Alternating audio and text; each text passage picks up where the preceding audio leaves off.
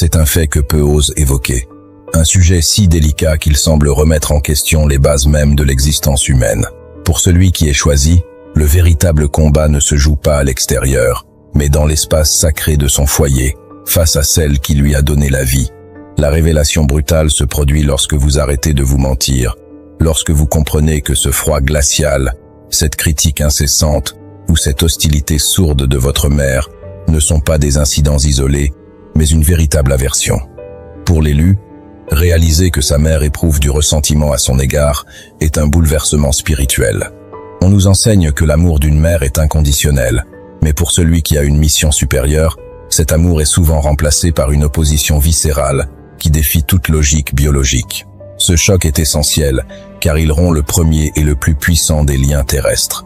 Vous avez passé des années à chercher son approbation, à essayer de guérir ses blessures ou à devenir l'enfant parfait, pour finalement ne récolter qu'un rejet de plus en plus évident à mesure que votre lumière s'intensifiait. La réalité est dure. Plus vous devenez qui vous êtes censé être, plus vous devenez insupportable à ses yeux. Ce n'est pas parce que vous êtes en faute, mais parce que votre simple présence agit comme un révélateur. En vous observant, elle ne voit pas son enfant, mais un miroir impitoyable de tout ce qu'elle n'est pas ou de tout ce qu'elle a abandonné. Ce choc de la réalité est le moment où vous comprenez que vous êtes une anomalie dans sa lignée, un intrus spirituel venu perturber un ordre qu'elle a tenté de maintenir, même dans la souffrance. Vous devez accepter que cette aversion n'est pas de votre fait. L'élu porte en lui une fréquence de vérité qui dérange les secrets enfouis et les compromis. Si votre mère a construit sa vie sur le mensonge, la manipulation ou le déni, votre intégrité naturelle est une agression constante pour elle. Le choc de la réalité, c'est de comprendre que vous parlez deux langues différentes. Vous parlez la langue de l'élévation, tandis qu'elle parle celle de la survie ou du contrôle. Ce constat est douloureux, car il vous dépouille de l'espoir d'être enfin reconnu pour ce que vous êtes. Mais c'est précisément dans ce dépouillement que commence votre véritable initiation. Tant que vous chercherez à être aimé par une source qui vous rejette, vous resterez un enfant dépendant. En acceptant cette aversion comme une réalité, vous reprenez votre pouvoir. Ce choc marque la fin de l'innocence. Vous réalisez que si celle qui vous a donné la vie peut vous rejeter à cause de votre lumière, alors le monde entier pourrait le faire. Cela vous forge une armure spirituelle indestructible. Vous apprenez à ne plus chercher votre nourriture émotionnelle dans le passé, mais dans votre mission. L'aversion maternelle est le baptême du feu de l'élu. C'est le signal que vous n'appartenez plus au monde de la chair et du sang, mais à celui de l'esprit. Ce choc, bien qu'atroce, est votre premier acte de libération. Il vous expulse définitivement de la matrice familiale pour vous forcer à naître à vous-même. Vous ne partez pas avec une malédiction, mais avec la preuve que votre onction est suffisamment puissante pour effrayer même ceux qui devraient être vos plus proches alliés.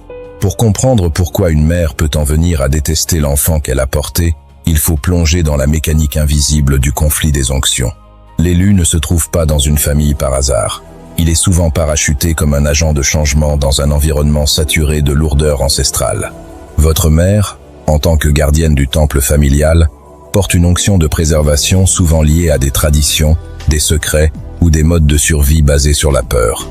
Lorsque votre propre onction commence à s'activer, cette lumière crue, cette soif de justice et cette capacité à voir au-delà des voiles, elle entre en collision frontale avec la structure énergétique de votre mère. Ce n'est pas une guerre de personnes, c'est une guerre de fréquences.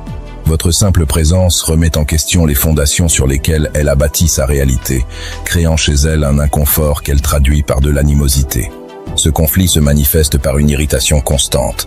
Vous remarquerez que même vos gestes les plus anodins, vos réussites ou vos paroles de sagesse, déclenchent chez elle une réaction de rejet ou de moquerie. Pourquoi ?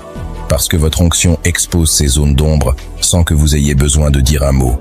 Si elle a passé sa vie à étouffer ses rêves ou à se soumettre à des forces oppressantes, voir son enfant marcher dans la souveraineté et la liberté est une insulte à son sacrifice. Elle ne voit pas votre succès comme une fierté, mais comme un reproche vivant. Votre lumière agit comme un projecteur sur ses renoncements, ses amertumes et ses compromis. Plutôt que de traiter sa propre douleur, elle choisit de s'en prendre à la source de la lumière, vous. Le conflit des onctions est un duel entre celui qui veut libérer la lignée et celle qui, par peur de l'inconnu, préfère maintenir les chaînes du passé. Dans cette dynamique, l'élu est souvent perçu comme arrogant ou rebelle. Votre mère peut essayer de rabaisser votre onction en la qualifiant d'orgueil ou de folie. C'est une tentative désespérée de l'ancien système pour amener le nouveau à un niveau contrôlable.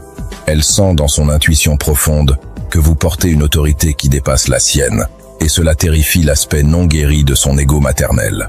Dans l'ordre naturel des choses, un parent devrait se réjouir de voir son enfant le dépasser. Mais dans le cas de l'élu, ce dépassement est perçu comme une menace de mort pour l'identité de la mère. Elle craint de perdre son utilité ou son pouvoir sur vous, car elle réalise que votre source d'approvisionnement spirituel ne passe plus par elle.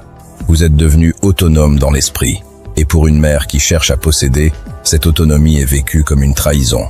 Enfin, comprendre ce conflit vous permet de sortir de la victimisation. Vous réalisez que sa détestation n'est pas dirigée contre votre essence humaine, mais contre l'onction que vous servez. Cela vous permet de poser un regard de compassion froide sur sa situation.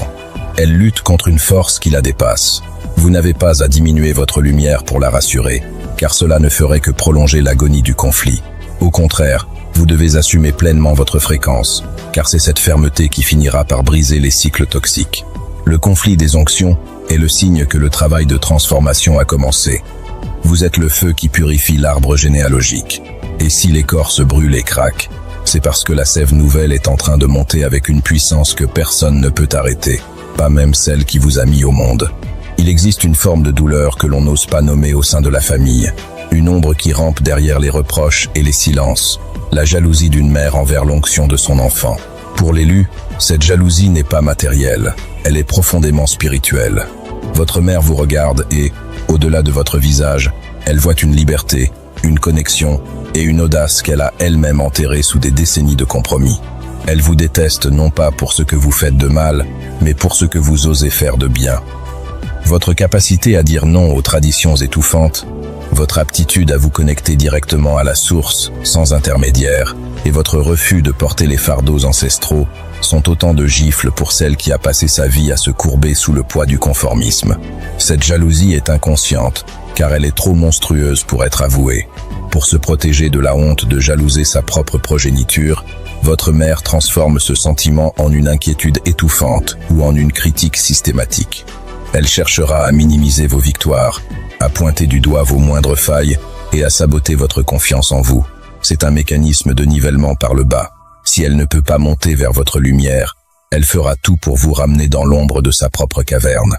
Elle utilise son statut de mère comme une arme, pensant que son autorité biologique lui donne le droit de briser vos ailes sous prétexte de vous protéger de votre propre grandeur. En réalité, elle ne cherche qu'à apaiser le tourment que lui inflige votre réussite, car chaque pas que vous faites vers votre destinée lui rappelle le terrain qu'elle a perdu par peur ou paresse spirituelle.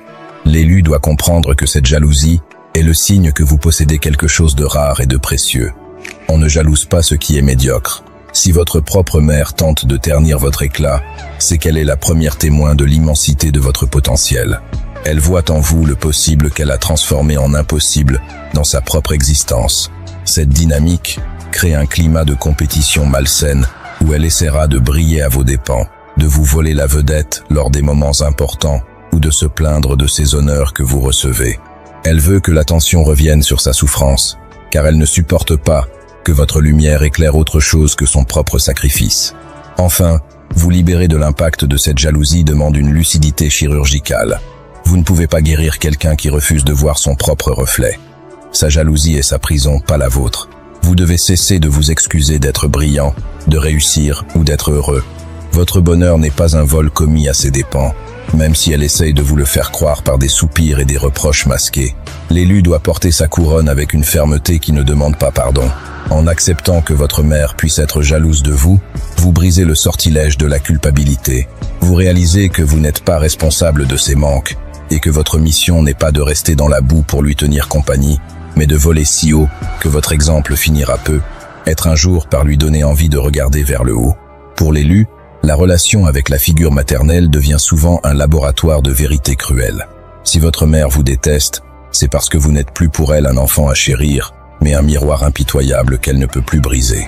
Dans la psyché d'une mère qui n'a pas accompli sa propre mission ou qui a étouffé sa propre vérité, l'enfant est censé être une extension de soi, une version malléable qui valide ses choix passés.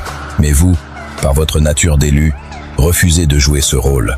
Votre seule existence, votre manière de penser et votre intégrité agissent comme un miroir déformant qui lui renvoie une image d'elle-même qu'elle a passé des décennies à fuir. Là où elle a choisi le silence, vous parlez. Là où elle a choisi la soumission, vous vous élevez. Là où elle a choisi l'amertume, vous cherchez la transcendance. Ce phénomène crée une tension insupportable dans le foyer. Chaque fois que vous entrez dans une pièce, vous n'apportez pas seulement votre présence physique, vous apportez une fréquence de clarté. Pour une mère qui vit dans le déni de ses propres blessures, cette clarté est perçue comme une accusation silencieuse. Elle peut alors s'écrier « Qui te prends-tu pour être meilleur que nous ?» Ce qu'elle exprime en réalité, c'est la douleur de voir ses propres limites mises en lumière par votre simple liberté. Elle vous déteste parce que vous êtes la preuve vivante que d'autres choix étaient possibles. Vous êtes le rappel constant de ce qu'elle aurait pu être si elle avait eu votre courage. Et cette confrontation est si douloureuse qu'elle préfère transformer son admiration refoulée en une hostilité déclarée. Le miroir que vous tendez est déformant à ses yeux, car elle ne peut pas percevoir votre lumière de manière objective. Elle interprète votre assurance comme de l'arrogance, votre besoin de solitude comme du mépris, et votre connexion spirituelle comme de l'égocentrisme. Elle déforme votre réalité pour ne pas avoir à affronter la sienne. Dans ce chapitre de votre vie, vous apprenez que vous ne pouvez pas contrôler l'image que les autres, même votre propre mère, se font de vous. Si elle décide de voir un monstre ou un ingrat dans le miroir que vous lui tendez, c'est son mécanisme de défense pour éviter de voir sa propre détresse. L'élu doit accepter d'être le coupable dans le récit de sa mère, afin de rester le héros dans le récit de sa propre destinée. Enfin, comprendre que vous êtes un miroir vous libère de la nécessité de vous justifier. Vous réalisez que ces colères et ces rejets ne vous concernent pas vraiment. Ils concernent le dialogue inachevé qu'elle entretient avec son propre passé. Vous n'êtes que le support sur lequel elle projette son ombre. En tant qu'élu, votre rôle n'est pas de briser le miroir pour la rassurer, ni de le ternir pour qu'elle se sente mieux. Votre rôle est de rester cristallin, pur et droit. Cette posture de miroir est l'une des épreuves les plus solitaires, car elle vous prive de la chaleur maternelle, mais elle est celle qui valide votre force. Vous apprenez à tenir debout, sans l'approbation de celle qui vous a engendré, sachant que votre seule loyauté doit aller à la vérité qui vous anime, et non à l'illusion qu'elle tente de maintenir pour ne pas sombrer. Lorsque l'onction d'un élu commence à rayonner avec une intensité que la mère ne peut plus ignorer, celle-ci déploie souvent une artillerie lourde pour maintenir son emprise. Le sabotage émotionnel. Pour l'élu, cette étape est d'une complexité redoutable, car le sabotage n'est pas toujours frontal ou violent. Il se cache derrière des masques de piété, de fragilité ou de devoir familial. Votre mère, sentant que vous lui échappez et que vous vous élevez vers des sphères où elle n'a plus aucun droit de regard, va tenter de vous lester de ses propres poids émotionnels. Elle utilisera ses larmes, ses maladies réelles ou imaginaires, et ses sacrifices passés comme des chaînes pour vous ramener au sol. Le message subliminal est clair. Si tu réussis, si tu pars, si tu brilles, tu me tues. Elle fait de votre ascension un crime de lèse-majesté maternelle. Ce sabotage se manifeste par une capacité chirurgicale à frapper là où vous êtes le plus vulnérable. Au moment précis où vous vous apprêtez à franchir une étape cruciale de votre mission, un examen, un voyage, une signature de contrat ou une percée spirituelle, elle déclenchera une crise. Soudain, elle aura besoin de vous pour une urgence mineure, où elle se lancera dans un récit larmoyant sur sa solitude pour aspirer votre énergie vitale. Ce n'est pas une coïncidence de calendrier, c'est une stratégie de l'ombre pour détourner votre attention. Elle veut que votre regard reste braqué sur ses besoins à elle. Car tant que vous regardez vers l'arrière pour la secourir, vous ne regardez pas vers l'avant pour conquérir. Elle tente de vous transformer en parent de votre propre parent, inversant l'ordre naturel pour étouffer votre élan créateur. Le sabotage émotionnel utilise aussi l'arme de la dépréciation subtile. Elle ne dira pas forcément que ce que vous faites est mal, mais elle demandera avec un soupir « Es-tu sûr que c'est pour toi ?» ou « Ne prends-tu pas trop de risques ?» En semant le doute dans votre esprit, elle espère que vous ralentirez votre course. Si elle parvient à vous faire croire que votre lumière est un danger pour les autres ou une source de souffrance pour elle, elle gagne. L'élu doit alors faire face au plus grand des tabous, réaliser que sa propre mère peut être l'instrument principal de sa stagnation. Elle peut aller jusqu'à saboter vos relations avec le reste de la famille, propageant des rumeurs ou vous peignant comme l'enfant difficile ou ingrat, afin de vous isoler et de vous rendre plus dépendant de son approbation. Enfin, pour l'élu, briser ce cercle de sabotage demande une détermination héroïque. Vous devez apprendre à voir à travers le théâtre des émotions. Vous devez comprendre que ces larmes ne sont pas des appels au secours, mais des outils de contrôle. Cesser d'être le bon enfant pour devenir l'adulte souverain signifie accepter d'être perçu comme froid ou insensible. C'est le prix de votre survie spirituelle. Si vous cédez à la culpabilité, vous sacrifiez votre mission sur l'autel d'un amour qui n'en est pas un. Car l'amour véritable libère, il ne ligote pas. Le sabotage s'arrête le jour où vous n'offrez plus aucune prise émotionnelle à ses provocations. En restant imperturbable face à ses tentatives de déstabilisation, vous l'obligez à faire face à son propre vide, tout en protégeant le feu sacré que vous êtes venu allumer sur cette terre. Dans l'économie du destin, l'élu n'est jamais un produit organique de sa famille. Il est une greffe spirituelle insérée dans un arbre généalogique pour en modifier l'ADN énergétique. Si votre mère vous déteste, c'est parce qu'elle perçoit consciemment ou non que vous n'êtes pas des siens. Vous portez son sang, mais vous ne portez pas ses chaînes. Vous avez été placé dans cette lignée avec le rôle ingrat et glorieux de l'étranger, celui qui voit les dysfonctionnements que tout le monde accepte comme normaux. Depuis votre enfance, vous avez ressenti ce décalage. Vous étiez l'observateur silencieux au milieu du repas de famille, celui qui ne riait pas aux mêmes blagues, celui qui remettait en question les non-dits. Cet exil affectif n'est pas un accident, c'est une affectation. Vous avez été envoyé comme un briseur de cycles, et le rejet de votre mère est la réaction allergique du vieux système face à l'antidote que vous représentez. Le rôle de l'étranger est indispensable, car seule une personne extérieure à la pathologie familiale peut la guérir. Si vous aviez été pleinement accepté, choyé et intégré, vous auriez fini par adopter les mêmes mécanismes de déni et de survie que vos ancêtres. La détestation de votre mère agit comme une barrière de protection qui vous empêche de vous fondre dans la masse. Son hostilité est le vent violent qui vous pousse hors du nid, vous évitant de vous installer confortablement dans une médiocrité héréditaire. Pour la lignée, vous êtes le traître, car vous refusez de porter le fardeau des rancœurs passées. Pour l'esprit, vous êtes le libérateur. Cet exil intérieur que vous vivez depuis toujours est le terrain d'entraînement de votre indépendance. En n'étant pas de la maison, vous apprenez à construire votre propre demeure sur le roc de votre onction. Ce statut d'étranger crée une solitude particulière, une solitude d'élu où l'on se sent orphelin tout en ayant des parents vivants. Votre mère peut vous reprocher d'être différent, bizarre ou insensible, mais ce qu'elle pointe du doigt, c'est votre immunité. Vous êtes immunisé contre les manipulations qui fonctionnent sur les autres membres de la famille. Vous êtes celui qui ne peut pas être acheté par un héritage ou intimidé par un chantage affectif. Cette résistance naturelle est perçue par votre mère comme une forme de trahison suprême. Elle voulait un enfant qui soit un miroir de ses propres limites. Elle a reçu un héritier du ciel qui remet tout en question. L'exil affectif est donc le prix de votre intégrité. Vous perdez la chaleur du foyer pour gagner la clarté du sommet. Enfin, embrasser votre rôle d'étranger est le moment où la douleur se transforme en puissance. Vous cessez de pleurer sur le fait que votre mère ne vous comprend pas, et vous commencez à célébrer le fait qu'elle ne peut pas vous dompter. Si vous étiez compréhensible pour elle, vous seriez limité par sa propre vision du monde. Votre étrangeté est votre sauvegarde. En acceptant de ne pas appartenir à cette lignée de la manière traditionnelle, vous ouvrez la porte à une famille plus vaste, une famille de missionnaires, d'éveillés et de souverains qui parlent votre véritable langue. Vous n'êtes pas un rejeton défectueux de votre arbre généalogique. Vous êtes la graine d'un nouvel arbre, une espèce nouvelle qui utilise le terreau de l'ancien pour s'élancer vers un ciel que vos ancêtres n'ont jamais osé regarder. Le sevrage spirituel est l'étape la plus exigeante de votre métamorphose. Pour le commun des mortels, le sevrage est biologique et se termine à l'enfance.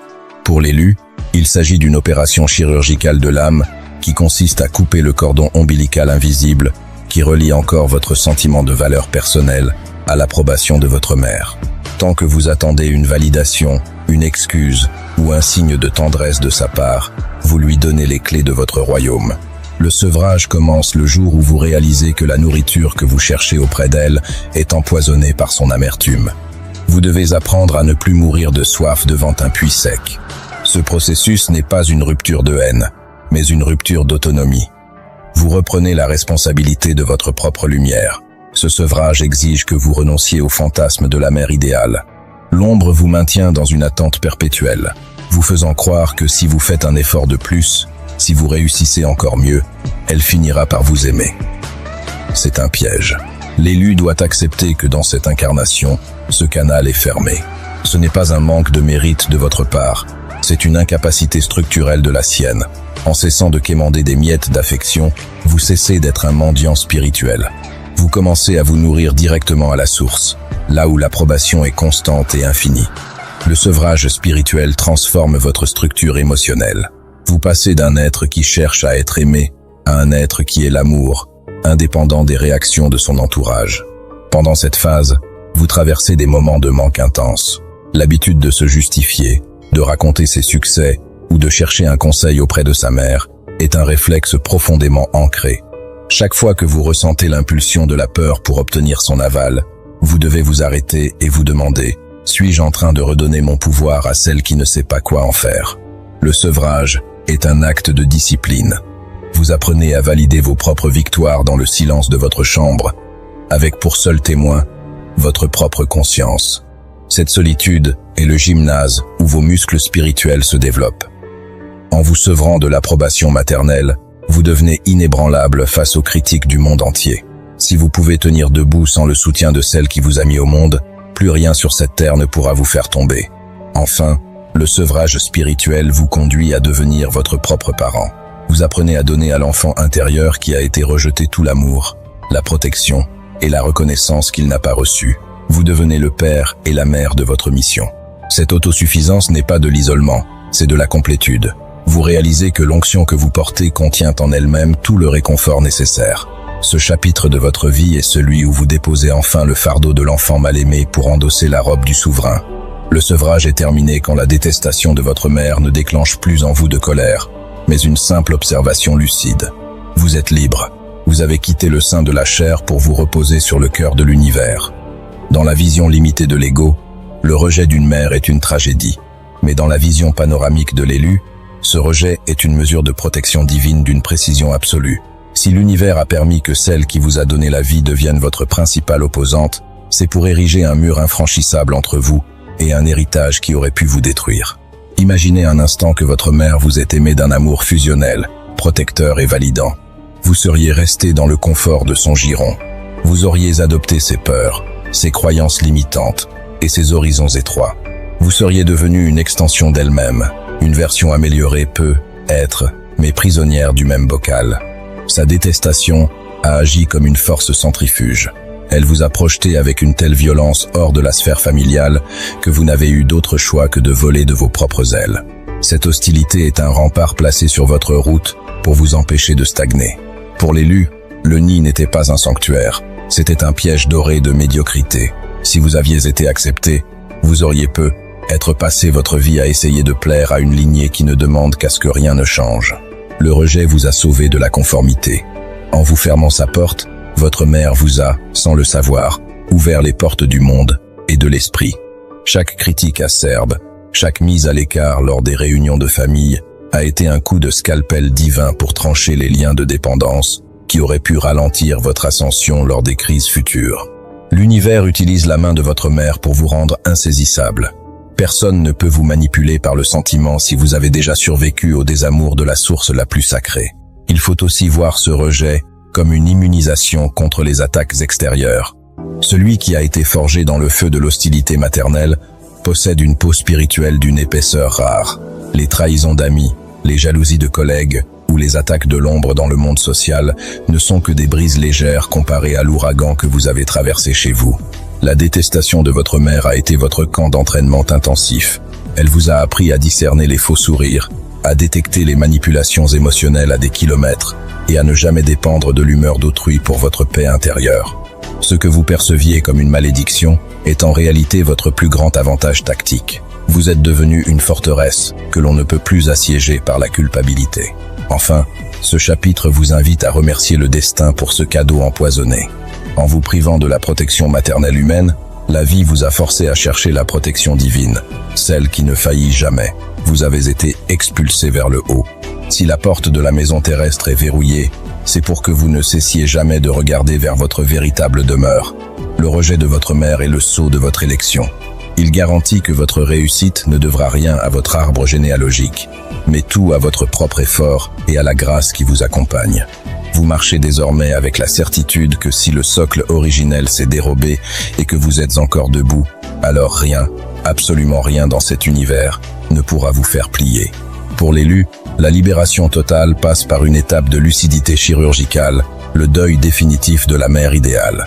Vous devez enterrer l'image de cette femme protectrice, aimante et inspirante que la société et vos propres besoins d'enfant vous ont poussé à projeter sur elle. Ce processus consiste à regarder la femme derrière le masque de la mère. En faisant cela, vous découvrez souvent un être brisé, une femme qui a été elle-même victime de cycles de douleur qu'elle n'a jamais eu la force de briser. Sa détestation à votre égard n'est pas le reflet de votre valeur, mais le symptôme de son propre épuisement spirituel. Elle ne peut pas vous donner ce qu'elle n'a jamais reçu, et elle ne peut pas supporter de voir en vous la réussite qu'elle a transformée en amertume. Faire ce deuil, c'est accepter que vous n'aurez jamais la clôture ou les excuses que vous méritez, et décider que ce n'est plus une condition nécessaire à votre bonheur. Ce dépouillement vous permet de passer de la colère à une compassion froide. Vous réalisez qu'elle est prisonnière d'une cage dont vous avez trouvé la clé, sa haine et son propre châtiment. En cessant d'attendre qu'elle change, vous coupez les derniers fils invisibles qui permettaient à son humeur de dicter votre météo intérieure. Vous ne voyez plus une figure d'autorité terrifiante, mais une âme en détresse, incapable de gérer la fréquence de vérité que vous transportez. Ce deuil est une renaissance. En perdant la mère de la chair, vous trouvez la maturité de l'esprit.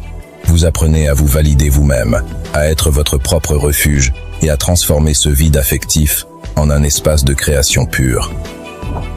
L'élu n'a plus besoin d'être un fils ou une fille au sens traditionnel. Il devient un individu souverain dont l'identité est ancrée dans sa mission et non dans son ascendance. Cette ultime étape est celle de la consécration de l'élu, le moment où la solitude imposée par le rejet maternel se transmute en une puissance royale. Vous accédez enfin à ce que l'on appelle la souveraineté orpheline. Ce n'est pas une condamnation à l'isolement, mais l'acquisition d'une liberté totale. Puisque vous n'avez plus rien à perdre du côté de vos racines terrestres, vous n'avez plus aucune limite à votre déploiement. L'opposition de votre mère a été le ciseau qui a taillé la pierre brute que vous étiez pour en faire un diamant. En vous privant de son approbation, elle vous a involontairement poussé à sceller une alliance directe et inaltérable avec la source. Vous ne dépendez plus d'un héritage biologique pour définir votre place dans ce monde. Vous tirez votre légitimité de l'onction que vous portez et des victoires que vous avez remportées seul dans l'arène de votre vie. La souveraineté orpheline est le sceau de ceux qui bâtissent de nouveaux mondes. Parce que vous avez survécu au désamour de celle qui était censée être votre premier emport, vous possédez désormais une autorité que personne ne peut vous retirer. Vous devenez un ancêtre spirituel de votre propre lignée, celui qui commence une nouvelle histoire. Vous regardez votre passé non plus avec douleur, mais avec la reconnaissance du guerrier qui voit ses cicatrices comme des médailles. La détestation de votre mère est devenue le piédestal de votre trône. Elle a prouvé que votre lumière était assez intense pour déranger les ténèbres les plus installées. Vous avancez maintenant avec une assurance tranquille, sachant que votre véritable famille, celle de l'esprit, vous attend sur les sommets de votre mission. Vous n'êtes plus l'enfant rejeté. Vous êtes le bâtisseur souverain qui transforme l'exil en empire.